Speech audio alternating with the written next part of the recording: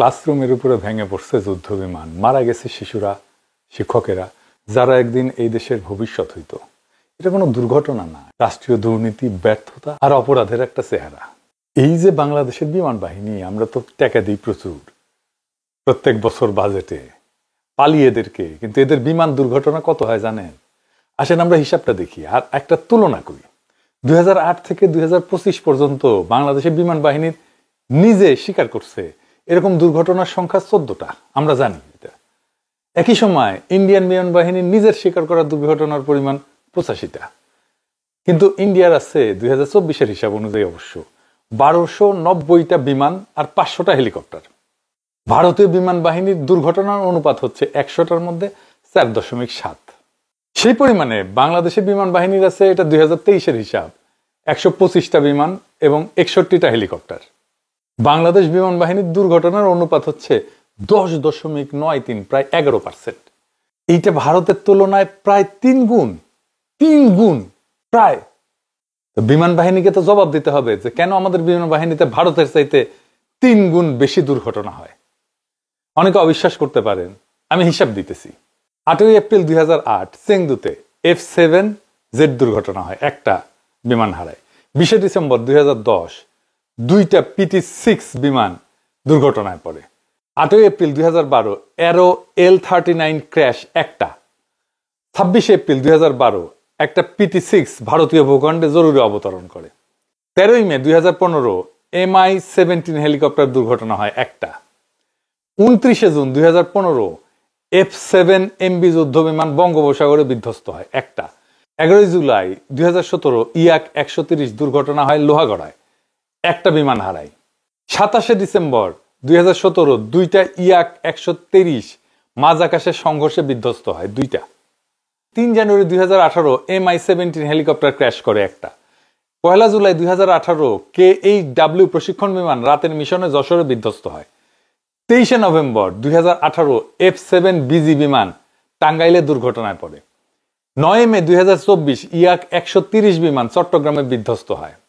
আর 21 জুলাই 2025 এটা F7BGI প্রশিক্ষণ jet ঢাকার স্কুলে বিধ্বস্ত হয়। কিছুদিন আগে বাংলাদেশ বিমান বাহিনীর একটা হেলিকপ্টার সেন্ট্রাল আফ্রিকান রিপাবলিকে মিশনে ছিল, ওইখানে বিধ্বস্ত হয়েছে। এই যে দেখেন, এর মানে কি? হয় সশস্ত্র বাহিনীর লোকজন যন্ত্রপাতি চালাইতে পারে না, নয়তো এগুলো কেনার সময় এত দুর্নীতি হয় যে রদ্দি মাল বেশি দামে কেনা হয়। তাহলে তো ধরতে হবে এই দুর্ঘটনাগুলোর কারণ প্রযুক্তি না, মানুষ।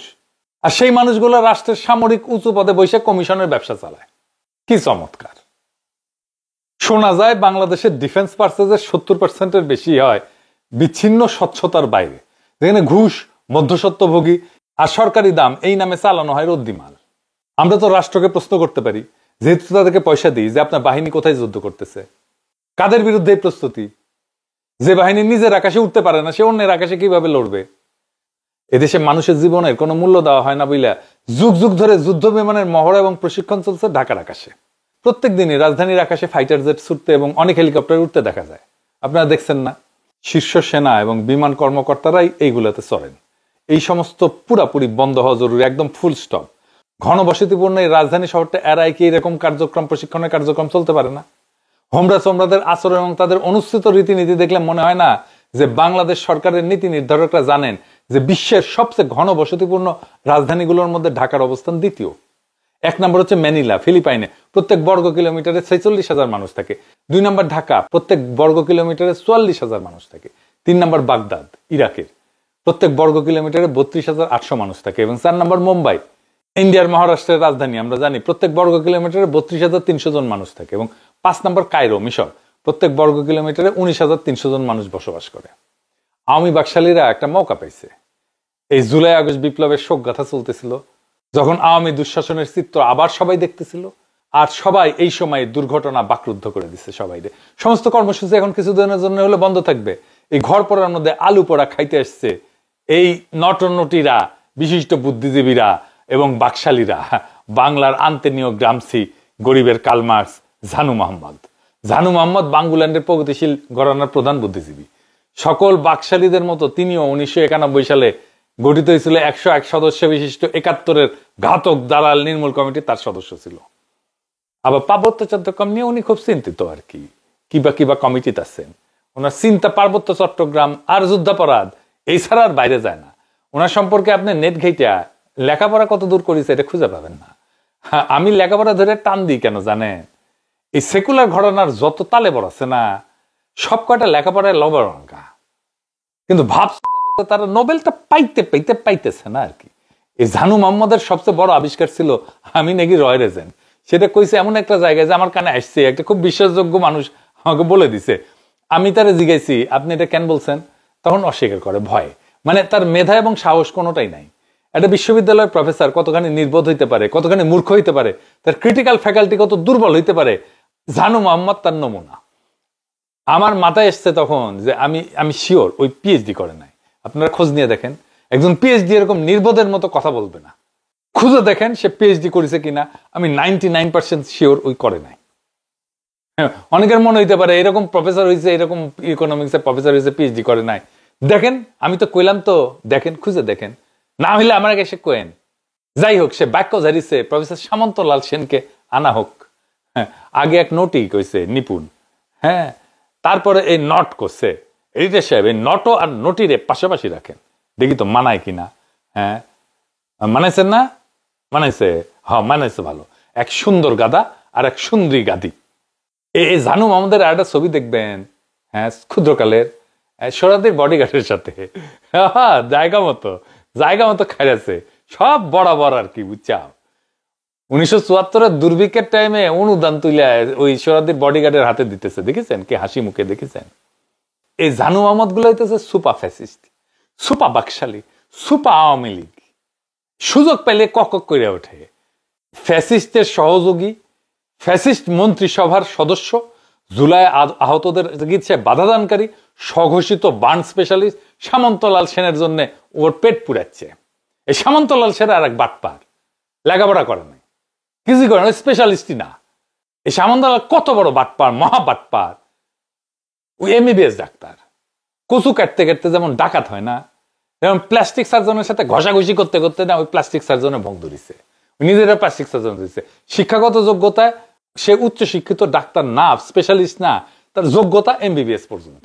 কচু কাটতে কাটতে ডাকাত হওয়ার মতো প্লাস্টিক সার্জনদের সাথে কাজ করতে করতে কাজ শিখিছে।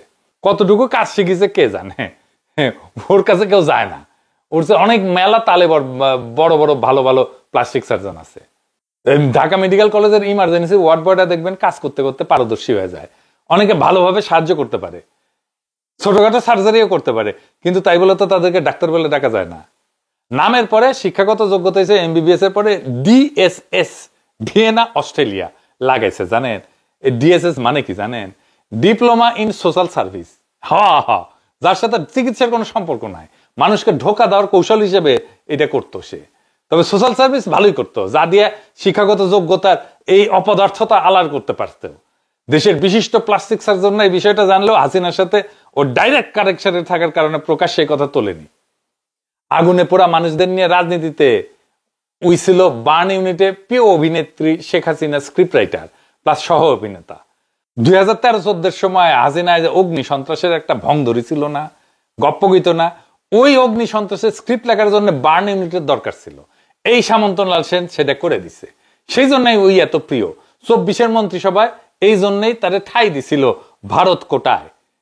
সামন্তলাল সেনের নির্দেশে জুলাই আগস্টের ছাত্র জনতার গণ অভ্যুত্থানের সময় দেশের সরকারি বেসরকারি অনেক হাসপাতালে আহতদের চিকিৎসা সেবা বন্ধ করে দেওয়া হয় এবং অনেক নিহতদের পোস্টমর্টেম না কইরা গণকবর দেওয়া হয়। সকল হাসপাতালের জরুরি বিভাগের রেজিস্টার ছিঁড়ে ফেলে দেওয়া হয়, ট্রিটমেন্ট কার্ড গায়েব করে দেওয়া হয়। আর ঝানু মোহাম্মদ বলতেছে তাই নাকি ভুয়া মামলা দেওয়া হয়েছে। হারাম জাদা একটা, কত বড় হারাম জাদা দেখেছেন? জাউরার জাউরা। দেন আর সিল মেরে দেন, দেন এইটা সে দেন, একটা সিল মেরে দেন, আরেকটা দেন, আরেকটা মারেন। মিলিছে দেখেছেন? ওটা একটা বাটপার, লেখাপড়া করেনি, এটাও একটা বাটপার, দুটোই বাটপার। এ বলে আমারে ধর, ও বলে আমারে ধর, সখী ধরো ধরো। ওই কই লুকে আছে বের করা দরকার। ওই সামন্তলাল তার কার আশকারায় তার নামে মামলা হয় না এটাও জানতে চাই আমি। আমি কলে কয়ে দিচ্ছি, দিন কলে আসবে একদিন সব কটারে প্যাকেট করবো, যে তারে শেল্টার দিয়েছে তারে সহ প্যাকেট করবো।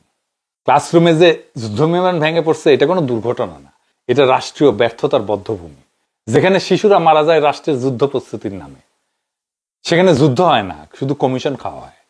বাচ্চারা তো কোনো শত্রু ছিল না, তারা শুধু জানতো ওইটা ছিল, কিন্তু প্লে গ্রুপ ছিল, ওইখানে বাচ্চারা A for apple, B for ball পড়তো, কিন্তু রাষ্ট্র জানতো না C for corruption, D for death. আর এই রাষ্ট্র চায় আমরা চুপ থাকি, কিন্তু না, এই মৃত্যু আমাদের চুপ করাবে না, এই রক্ত আমাদের জাগাবে। আজ যারা বেঁচে আছি তারা আর মুখ ঘুরায় থাকা মানুষ না, আমরা এই রাষ্ট্রের মুখোমুখি দাঁড়ানো সেই প্রজন্ম যারা বলবে এই রাষ্ট্র আর আমাদের না। এই রাষ্ট্র যদি প্রশ্ন এড়াতে চায়, আমরা তার গায়ে প্রশ্ন লিখে দেব আগুন দিয়া, রক্ত দিয়া। এই রক্তে লেখা হবে নতুন শপথ। স্কুলে যুদ্ধ বিমান আর ভেঙে পড়বে না, ঢাকার আকাশে কোনো যুদ্ধ বিমান উড়বে না। সরাই নিয়ে যান আপনার এয়ারপোর্ট, আপনার প্রশিক্ষণ কেন্দ্র। আকাশে আর রক্ত না। আর যদি হয় তাহলে এইবার আমরা জবাব নিয়ে ছাড়বো। ইনকিলাব জিন্দাবাদ।